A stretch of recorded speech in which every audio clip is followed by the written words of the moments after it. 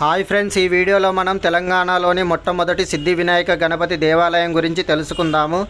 ఈ దేవాలయం తెలంగాణ రాష్ట్రంలోని సంగారెడ్డి జిల్లా జహీరాబాద్ మండలం రేజింతల్ అనే ఊరిలో ఉన్నది. ఈ ఆలయం జహీరాబాద్ బస్టాండ్ నుండి 14 కిలోమీటర్ల దూరంలో, కర్ణాటకలోని బీదర్కి 18 కిలోమీటర్ల దూరంలో ఉంటుంది. గర్భాలయంలో ఉండే స్వామి దక్షిణాభిముఖుడై దర్శనమిస్తాడు.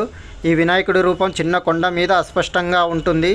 ఈ స్వామికి పూర్తిగా సింధూరం వాడటం వలన మనకు ఆంజనేయ స్వామి గుర్తుకు వస్తాడు. దాదాపుగా ఈ ఆలయం నిర్మించి 224 సంవత్సరాలు అవుతుంది. దేశంలో ఎక్కడా లేని విధంగా ఆలయంలో వినాయకుడి ముఖం దక్షిణం వైపు ఉంటుంది. ఈ విగ్రహం ముందు 2.5 అడుగుల ఎత్తు, 3 అడుగుల వెడల్పు ఉన్న ఈ స్వామివారి విగ్రహం ఇప్పుడు 5.5 అడుగుల ఎత్తు, 6 అడుగుల వెడల్పు అయిందని నమ్ముతారు. తెలంగాణ రాష్ట్రం నుండే కాకుండా భక్తులు మహారాష్ట్ర, కర్ణాటక నుండి వేలాది మంది భక్తులు దర్శించుకుంటారు. హైదరాబాద్ నుండి ఈ ఆలయం 128 కిలోమీటర్ల దూరంలో ఉంటుంది.